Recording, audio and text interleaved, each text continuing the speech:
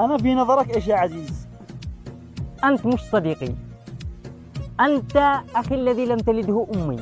الله أكبر، الله أكبر. أنا دائما أقول لنفسي عزيز هذا صديقي الذهب اللي لا يمكن يغير الزمان خالص. اشرب القرص الشاهي يا عزيز.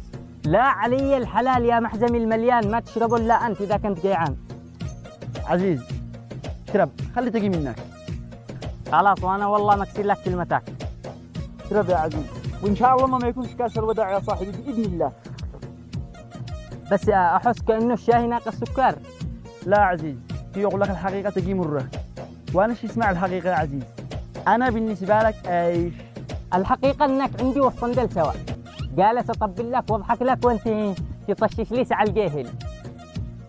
كيف يا أخي؟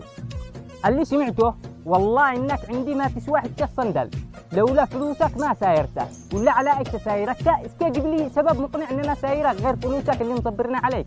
يا ابن الذين، محزمي المليان وحالة الوسع عن الصداقة وهذا كله كان.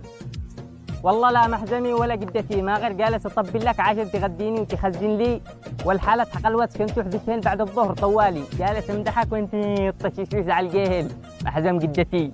هات يا عزيز، خلاص الشاهي ذا ب100 وأنت طلعت رخاص منه. مو ضريبك وسحتوا؟ مو شر ابن هذا تقول؟